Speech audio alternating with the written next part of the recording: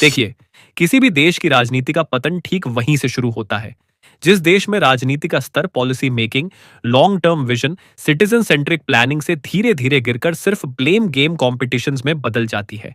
और ऐसे माहौल में जनता की जिंदगी कभी नहीं बदलती, क्योंकि वहां न नीति बदलती है न व्यवस्था बदलती है, सिर्फ नैरेटिव्स रिपेंट होते रहते हैं। आज की राजनीति ने अपना पूरा ऑपरेशनल मॉडल ही बदल डाला है। अब राजनीति गवर्नेंस नहीं बल्कि कंपैरिजन बेस्ड थिएट्रिक्स का खेल बन चुकी है, जहां नेता गर्व से कहते फिरते हैं, हमने ये किया, तुम्हारे समय ये नहीं हुआ। हम सुपीरियर, तुम इंफीरियर। हमारा टेन्योर गोल्डन, तुम्हारा डिजास्टर। यह है पॉलिटिकल कंपैरिजन सिंड्रोम, एक ऐसी बीमारी जहां काम कम होता है और ego driven selective comparison warfare ज्यादा चलता है। किसी भी राष्ट्र की राजनीति की सबसे भयानक विफलता यही है जब केंद्र जनता नहीं रहती, बल्कि कंपैरिजन राजनीति का ईश्वर बन जाता है। एक, ब्लेम गेम अक्षमता को ढकने का सबसे सस्ता और सबसे पुराना हथियार। जब किसी नेता या शासन के पास दिखाने लायक असली गवर्नेंस न हो, जब ग्राउंड रियलिटी में सुधार न हो, जब आंकड़ों में प्रगति न दिखे, तो वह तुरंत एक शॉर्टकट उठाता है, ब्लेम गेम और सिलेक्टिव कंपैरिजन। यही सबसे आसान ढाल है। तुमने क्या नहीं किया और हमने क्या कर दिया। ये कोई नई तकनीक नहीं है, यह है एक क्लासिक साइकोलॉजिकल ट्रिक, जिसे कहते हैं नैरेटिव मैनिपुलेशन। उस जगह पर फोकस ले जाओ जहां जनता सवाल पूछ ही न सके। सवाल बदल दो, दिशा बदल दो, नजरें बदल दो, और जनता को लगे कि जवाब मिल रहा है। जब नेता के पास असली उपलब्धियां नहीं होती, वह तो सबसे खतरनाक औजार उठाता है, blame game and selective comparison mechanism. ये दोनों मिलकर बनाते हैं पॉलिटिकल कमोफ्लाज सिस्टम, यानी सच को छुपाने की कला। एक कहेगा हमारा दौर स्वर्णिम, दूसरा बोलेगा उनका दौर अंधकार। लेकिन कठोर सत्य, दोनों दौरों में साधारण नागरिक उसी पुरानी समस्याओं में पिसता ही रहा, सिर्फ भाषण बदले, जिंदगी नहीं। दो, गंभीर मुद्दे गायब, शोर सबसे ज्यादा। उन्नत देशों की राजनीतिक बहसें कहां होती हैं? Health care efficiency, citizen wellbeing index, innovation capacity, human development standards, economic productivity, clean governance matrix, public infrastructure quality. वहां चर्चा इश्यूज पर होती है, ईगो बैटल्स पर नहीं। लेकिन यहां का राजनीतिक विमर्श किस पर अटका है? एक पुरानी कैसेट की तरह, हमारे काल में इतना बना था वर्सेस तुम लोगों के काल में कुछ नहीं बना। और ये एंडलेस रेपिटेशन में नेता अंक गिनने में लगे रहते हैं, जैसे देश एक परीक्षा पत्र हो और विकास का प्रमाण मतलब सिर्फ तुलना हो। ये है पेटी कंपैरिजन पॉलिटिक्स, जहां नेता कॉम्पिटेंस से नहीं बल्कि नैरेटिव इंजीनियरिंग से टिकता है। भाई, ये इतिहास की किताब है क्या? जनता की जिंदगी बदलने की बात हो रही है या कंपैरिजन डिबेट चैंपियनशिप चल रही है? 3, जनता की क्वालिटी ऑफ लाइफ नाम का कोई चैप्टर ही नहीं। अगर राजनीति सचमुच में जनता केंद्रित होती तो सवाल ये होता, असली इंसान का जीवन कितना बेहतर हुआ, पर इसके बजाय चर्चा ये होती है, किस ईरा में कितने प्रोजेक्ट इनॉग्रेट वन हुए, कौन सा पुल किसने खोला, कौन सी सड़क किसने बनाई। अरे इंफ्रास्ट्रक्चर का photo ribbon cutting stage show, ये रियल प्रोग्रेस के प्रमाण नहीं होते, ये सिर्फ ऑप्टिक्स होते हैं। प्रोग्रेस का मतलब होता है अस्पताल यूजेबल हैं या नहीं, स्कूल फंक्शनल हैं या नहीं, करप्शन कम हुआ या नहीं, रोजगार बढ़ा या नहीं, नागरिक सुरक्षित है या नहीं, बेसिक पब्लिक सर्विसेज एक्सेसिबल हैं या नहीं। जब ये मैट्रिक्स ही नहीं मापे जाते तो कंपैरिजन किस बात का, किस चीज का गर्व, कौन सी उपलब्धि?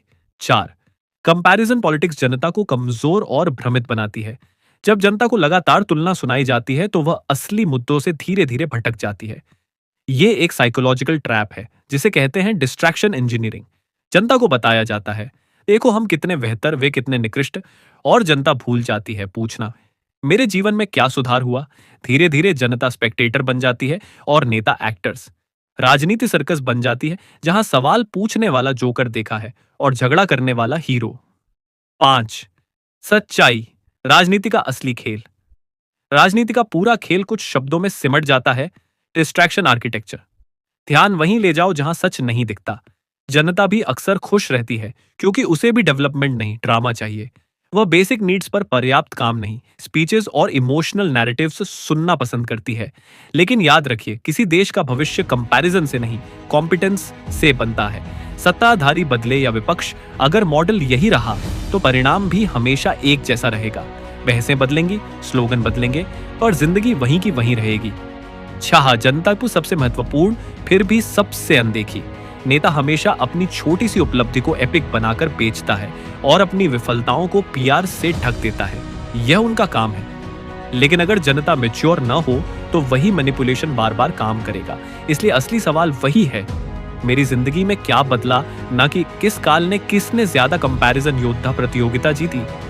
जब जनता जागती है तभी राजनीति अकाउंटेबल बनती है, वरना राजनीति सिर्फ शो बिजनेस व sound effects, pulse narrative manipulation बनकर रह जाती है। जनता को सिर्फ एक प्रश्न पूछना चाहिए, मेरे जीवन की गुणवत्ता, क्वालिटी ऑफ लाइफ किसने बदली? इसके सामने सभी स्पीचेस, सभी कंपैरिजन, सभी एक्यूजेशंस तुरंत ढह जाते हैं, क्योंकि जनता की जिंदगी ही अंतिम सत्य है। बाकी सब शोर, मैनिपुलेटेड प्रोपेगेंडा और थिएटर। जो राजनीति ब्लेम गेम इकोनॉमिक्स पर चलती है, वह कभी भी पीपल सेंट्रिक गवर्नेंस पैदा नहीं कर सकती। और जब तक जनता इस ट्रूथ आर्किटेक्चर को नहीं समझती, तब तक नैरेटिव्स जीतते रहेंगे, देश नहीं। समाज में सबसे बड़ी भूल यह है कि लोग सोचते हैं समाधान किसी पद से आता है, किसी कुर्सी से आता है। सच यह है कि समाधान केवल और केवल चेतना से आता है। कुर्सी किसी को बुद्धिमान नहीं बनाती, पद किसी की मूर्खता नहीं मिटाता, और शक्ति कभी भी विवेक का विकल्प नहीं बनती। जिस दिन समाज यह समझ पाएगा कि नेतृत्व का असली अर्थ क्या है, उसी दिन यह भी स्पष्ट हो जाएगा कि नेतृत्व किसी कुर्सी, पद या पार्टी झंडे से नहीं आता। नेतृत्व उस इंसान से आता है जो वैज्ञानिक हो, ईमानदार हो और स्वयं को छलने वाला न हो। जन सेवा का दावा करने वाले बहुत हैं, लेकिन सच्चा प्रतिनिधि वही है जो सबसे पहले खुद के भ्रम से मुक्त हो। जो खुद अंधविश्वास में डूबा है, वह जनता को प्रकाश क्या देगा? यदि किसी प्रतिनिधि के भीतर वैज्ञानिकता का संकल्प नहीं है, तो उससे निकला हर निर्णय जनता पर एक नया बोझ बनता है। वह चाहे भाषण में कितना ही विनम्र दिखे, कैमरे के सामने कितना ही मुस्कुराए, लेकिन जब उसके निर्णय तथ्यों से नहीं, लाभ हानि के भय से, लोकप्रियता की भूख से या परंपरावादी अंध अनुकरण से उत्पन्न होते हैं, तब वह जनता के लिए वरदान नहीं, अभिशाप बन जाता है। एक सच्चा प्रतिनिधि हर क्षण संग्राम में होता है, पर बाहरी शत्रुओं से नहीं, अपने ही अहंकार, भ्रम और पूर्वाग्रहों से, क्योंकि समाज को तो वही दे सकता है जो उसके भीतर है। जिसके भीतर अंधेरा है, वो प्रकाश क्या देगा? और जो व्यक्ति अपने अहंकार से लड़ रहा है, वह जानता है कि विरोधी मत भी शत्रु नहीं होता। सत्य से प्रेम करने वाला व्यक्ति बहस से नहीं डरता, भिन्न दृष्टि से घबराता नहीं, क्योंकि उसे पता है संवाद से समाधान निकलता है, संघर्ष से नहीं। इसलिए सच्चा प्रतिनिधि हर मत को सुनता है, हर असहमति का सम्मान करता है और राजनीति को युद्ध नहीं, समझौते, संवाद और सामूहिक बुद्धि की प्रक्रिया मानता है। ये कल्पना करना भी मूर्खता है कि नेतृत्व बिना वैज्ञानिकता, बिना तर्क, बिना विवेक और बिना कठोर आत्मसमीक्षा के चल सकता है। अंधविश्वास से संचालित व्यक्ति निर्णय नहीं लेता। निर्णय उसके भीतर बैठे भय, लालच, परंपरा, संस्कार और दकियानूसी मानसिकता ले रही होती है। निर्णय वही ले सकता है जो जागृत हो। बाकी सब तो किसी न किसी तरह की नींद में होते हैं। विज्ञान विरोधी नेतृत्व जनता के लिए शाप है। समाज को नष्ट करने का सबसे आसान तरीका है निर्णय को भावनाओं पर टिका देना। जहां निर्णय डेटा से नहीं, लोग क्या कहेंगे से तय हो, जहां नीतियां तथ्य से नहीं, भीड़ को क्या पसंद है से चले, जहां भविष्य की योजना विज्ञान नहीं, हमेशा ऐसा ही हुआ है से बने, वहां नाश अवश्यंभावी है। सच्चा प्रतिनिधि कभी भी भीड़ को खुश करने के लिए निर्णय नहीं लेता। वह जनता को वह नहीं देता जो जनता सुनना चाहती है, वह देता है जो जनता को जानना चाहिए। खुश करने वाले नेता बहुत हुए, जगाने वाले बहुत कम। किसी प्रतिनिधि की पहचान उसके भाषणों से नहीं होती, बल्कि इस बात से होती है कि वह निर्णय कैसे लेता है। यदि उसके निर्णय डेटा, तथ्य, शोध, विज्ञान और वास्तविकता पर आधारित नहीं है, तो वह कितना भी भावुक भाषण दे, वह समाज को अंधे कुएं में ही धकेलेगा। गलती मानने का साहस नेतृत्व की पहली परीक्षा। सत्ता का सबसे बड़ा अंधकार यह है कि वह व्यक्ति को यह भ्रम दे देती है कि वह सब जानता है। लेकिन सच्चा प्रतिनिधि वही है जो प्रतिदिन, हर क्षण यह स्वीकार करता रहे, मुझसे गलती हो सकती है, और अगर हुई है तो उसे तुरंत सुधारना मेरा धर्म है। गलती मानना कठिन है क्योंकि वह अहंकार को चोट पहुंचाती है, लेकिन जो अपनी नीतियों को अपनी प्रतिष्ठा बना ले, वह निर्णय नहीं ले रहा, वह अपनी छवि का गुलाम बन चुका है। गलती स्वीकारना नेतृत्व नहीं, आत्मिक परिपक्वता है। जो प्रतिनिधि नीति बदलने से डरता है, वह जनता के नुकसान का कारण बनता है। तकनीक से डरने वाला व्यक्ति भविष्य की रक्षा नहीं कर सकता। आज AI, big data, robotics, gene editing, quantum computing, ये सब केवल विषय नहीं, ये सभ्यता की दिशा निर्धारित कर रहे हैं। जो इनसे डरता है जो विज्ञान को खतरा समझता है, जो तकनीक को दुश्मन मानता है, जो शोध और प्रमाण से असहज होता है, वह भविष्य को नहीं पढ़ सकता। तकनीक से बचने वाला नेता ऐसा है जैसे तूफान के बीच आंख बंद कर लेना। तूफान तो नहीं रुकेगा, बस टकराने की आवाज ज्यादा तेज होगी। भविष्य की रक्षा वही कर सकता है जिसे भविष्य की समझ हो, और भविष्य की समझ वही रखता है जिसका मन विज्ञान में स्थिर हो, अंधविश्वास में नहीं। छद्म विज्ञान का समर्थन, जनता को अंधा करने की राजनीति। जो प्रतिनिधि अवैज्ञानिक उपचार, कुसंस्कार, चमत्कारवाद, मिथ्या धार्मिक भय या ऐसे ही होता आया है जैसे जुमलों को बढ़ावा देता है, वह जनता को विकसित नहीं कर रहा, उसे दुर्बल बना रहा है। अंधविश्वासी जनता किसी भी ठगी का पहला शिकार होती है। अज्ञान वह मिट्टी है जिसमें भय उगता है, छल पनपता है और सत्ता अपना सबसे जहरीला फूल खिलाती है। सच्चा प्रतिनिधि जनता को तसल्ली नहीं देता, उसे तर्क और प्रकाश देता है, क्योंकि तसल्ली बांध देती है और प्रकाश मुक्त करता है।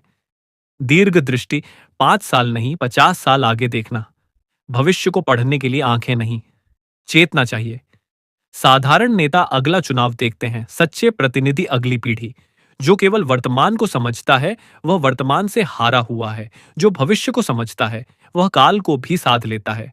जब एआई नौकरियां बदल देगा, जब कृषि में ऑटोमेशन आएगा, जब जल संकट विकराल होगा, जब ऊर्जा परिवर्तन अनिवार्य होगा, जब वैश्विक अर्थव्यवस्था की दिशा बदलेगी, तब समाज को कौन बचाएगा? वही जो आज ही इन हवाओं को पढ़ रहा है, वही जो भविष्य के तूफान को पहचान रहा है, वही जो दूर तक देखता है और स्वार्थ के बजाय सत्य को पकड़ता है। निर्णय कैसे लिए जाते हैं, यही प्रतिनिधि की असली परीक्षा। दबाव हर दिशा से आएगा, भीड़ से, भावनाओं से, मीडिया से, परिवार और परिचितों से, लाभ और हानि से, दलों और गुटों से, अपने ही असुरक्षित मन से। प्रतिनिधि हर क्षण एक चौराहे पर खड़ा होता है, एक दिशा सत्य की, एक दिशा सुविधाओं की, और वही क्षण तय करता है कि वह कौन है। वह आदमी है या प्रवृत्ति, वह विवेक है या डर, वह प्रकाश का वाहक है या अंधेरे का सेवक। निर्णय के समय मनुष्यता की असली परीक्षा होती है। तभी पता चलता है कि प्रतिनिधि जनता के लिए काम कर रहा है या स्वयं के लिए। नेतृत्व का अर्थ है अहंकार का वध, सत्य के प्रति निर्दय ईमानदारी, विज्ञान के प्रति निष्ठा, जनता के प्रति करुणा और भविष्य के प्रति सतर्कता। जनता को वही ऊंचाई मिलती है जितनी ऊंचाई उसके प्रतिनिधि की चेतना की होती है। अंधा नेतृत्व अंधी जनता बनाता है, जागृत चेतना जागृत समाज। सच्चा प्रतिनिधि वह नहीं जो जनता की आवाज बने। सच्चा प्रतिनिधि वह है जो जनता को उसकी स्वयं की आवाज वापस दिला दे, जो जनता को प्रतिशोध नहीं सिखाए बल्कि संवाद, सम्मान और समाधान का मार्ग दिखाए। जिस दिन यह समझ आ जाए, समाज का रूप पूरी तरह बदल जाएगा।